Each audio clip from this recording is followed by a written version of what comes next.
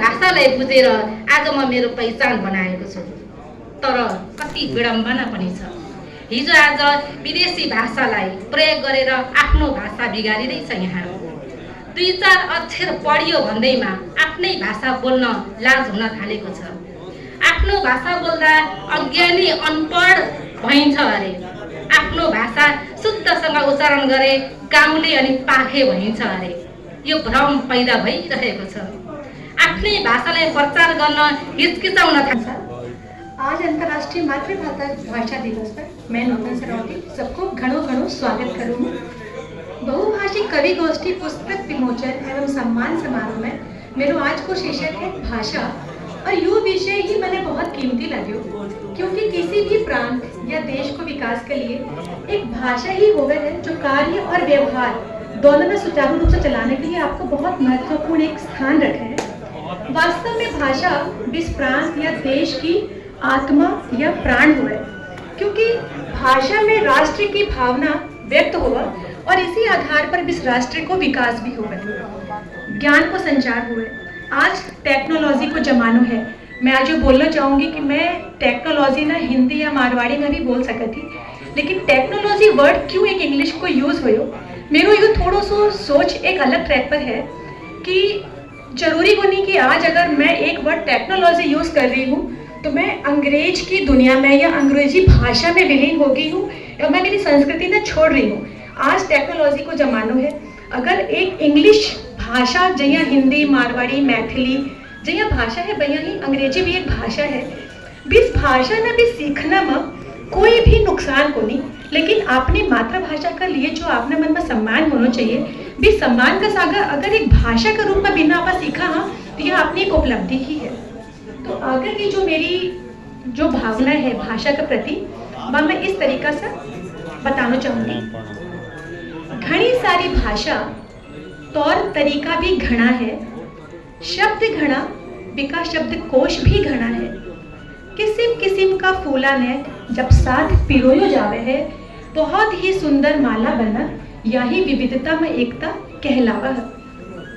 वो दिल ही राज करेगो जो सबने चावेगो, सगली भाषा ने जो दिल से सम्मान दिलावेगो।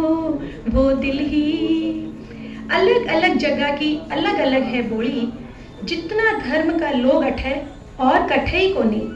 मैथिली नेपाली हिंदी मारवाड़ी उर्दू का सागर भोजपुरी नेवारी, नैन नक्श में भले ही अलग पर एक देश का हवा सुख शांति ही आखिर में सब कोई चावे।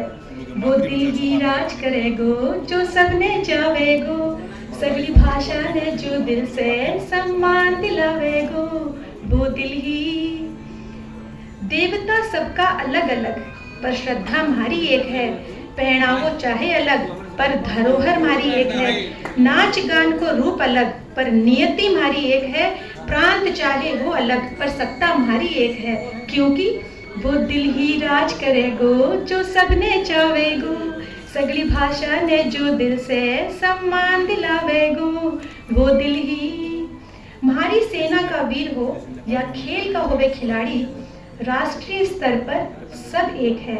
एक संविधान राष्ट्रीय गान एक है, एक ध्वजा कानून एक है, क्योंकि वो दिल ही राज करेगो जो सबने चावेगो, सगली भाषा ने जो दिल से सम्मान दिलावेगो।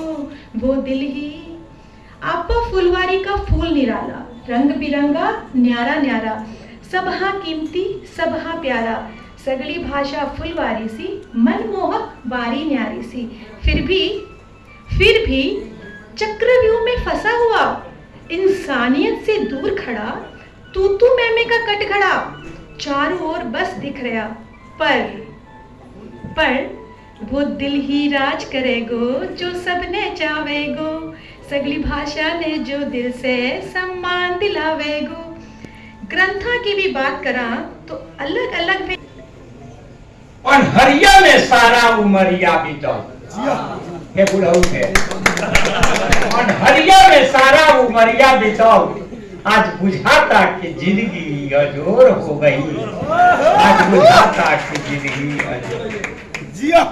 दुख के रात धीरे धीरे कट गई, अरे दुख के रात धीरे धीरे कट गई, सुख के फूटल किरनिया या भोर हो गई, सुख के फूटल किरनिया या भोर हो गई। कुछ दिन पहले अकेले हम झंखत रही, अरे कुछ दिन पहले अकेले हम झंखत रही, देखी साथी अब लाखों करोड़ हो गई, देखी साथी अब लाखों।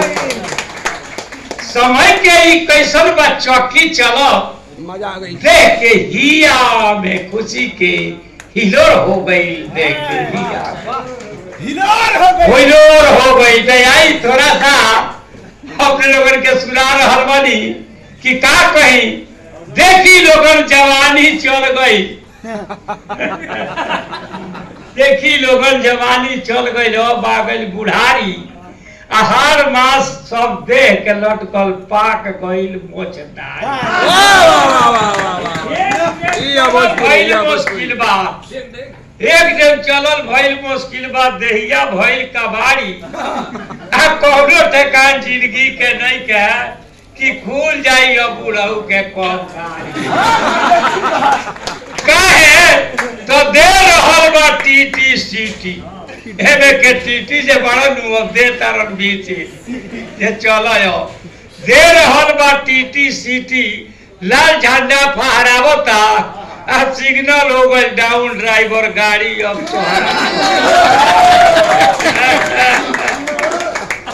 अब खुल जाई जब गाड़ी, खुल जाई जब गाड़ी, फेरी लौटी ना दोहरा के, आ केतनो कोई रोई चिल्लाई चाती पीट के, ई गाड़ी रिटर्निंग होखे वाला नहीं के।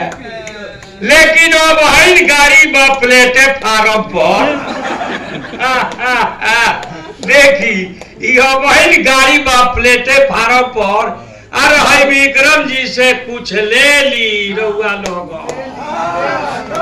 आ लूटी मौज मस्ती जिंदगी के, काय तरह में जवानी बनल बा, लूटी मौज मस्ती जिंदगी के, आ कूदी फानी खेली, खूब मंथन कई जाई, खूब मंथन कई जाई। हे बुढ़ऊ विक्रम जी का बानी पर, आ छूट जाई जो तीर हाथ से नू, उ फिर ना चढ़ी कभी कबानी पर। तयाई तोरा भोजपुरिया पर, हमने भोजपुरिया बानी, तो भोजपुरी माटी में जन्म बा हमरो, भोजपुरी माटी में जन्म बा हमरो। माई बाबूजी भोजपुरी के, खाना खैनी पानी पीनी खेल खेलनी भोजपुरी के। अब बोले के जब से लूर भइल, बोले के जब से लूर भइल तो बोलते रहनी भोजपुरी के, आ कपड़ा पहनी है धोती कुर्ता या पगड़ी गमछा भोजपुरी के, आ कविता लिखनी गीत गजल शायरी मुक्तक भोजपुरी के, आ मरते दम तक भी मुख से आवाज निकली भोजपुरी के, आ मर गईला के बाद भी देहिया माटी मिली भोजपुरी के। तो भोजपुरी साहित्य और भोजपुरी माता की जाए। तो खाए में स्वादिष्ट जैसे घी में के पूरी बा, सब लोग कहले हुई, खाए में स्वादिष्ट जैसे घी में के पूरी बा, अब वैसे भी जो हमली के ही भाषा भोजपुरी बा। भाषा बा अनेक, हिंदी उर्दू फारसी रसियन, भाषा बा अनेको, हिंदी उर्दू फारसी रसियन, अवधी मराठी पंजाबी या मलेशियन, कोरियन तमिल अंग्रेजी या बंगाली, चाइनीज मैथिल नेवारी या नेपाली, माने सब का के आंख में ही झोंक देले धूरी बा। आप कैसा निक हमनी के ही भाषा भोजपुरी बा, भाषा भोजपुरी। ताली कमजोर हो जाता, अरे सिंदूर से श्रृंगार शोभेला, सिंदूर से श्रृंगार शोभेला, बाग शोभेला माली से, आ घर आंगन घरनी से शोभे, आ ससुराल शोभेला साली से। यह कीज जिंदगी बितावल, चैन का हो उही का बताई दर्द कितना प्रीतिया में होला। दिवस आयुवा एक कार्यक्रम में उपस्थित समस्त मातृभाषा प्रेमी लोगन में शुभकामना और प्रणाम करे के चाहता नहीं। महानगर में भोजपुरी एगो बरगद के पेड़ ऐसे खड़ियाई बा बागरी चुकी महानगर बा।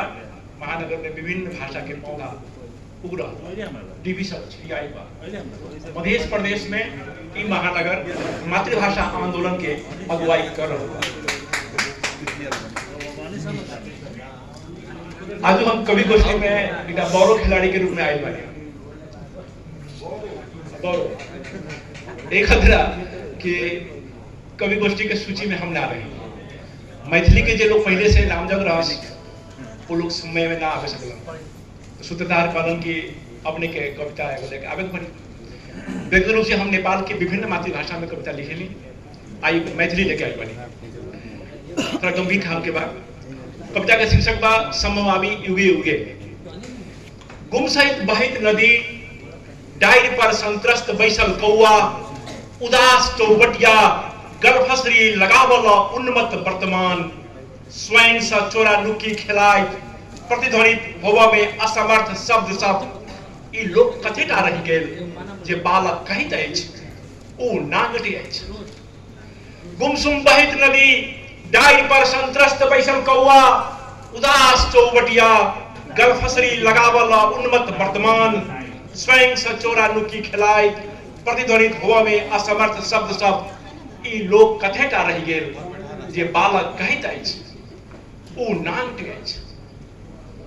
रही रही के कोलंबस इतिहास अटक जाइए जत का लेल प्रस्थान करैया कहियो धर नहीं पहुंचैत अछि। शब्द चिकैर चिकैर कन्हैया सोईरी घर में शब्द चिकैर चिकैर के कन्हैया सोईरी घर में वाक्य पूरे नहीं होइत छै। रही रही फंस जाइए अर्ध विराम पर रही रही फंस जाइए अर्ध विराम पर पुनः है सुकरा तक लालटेन खोजी।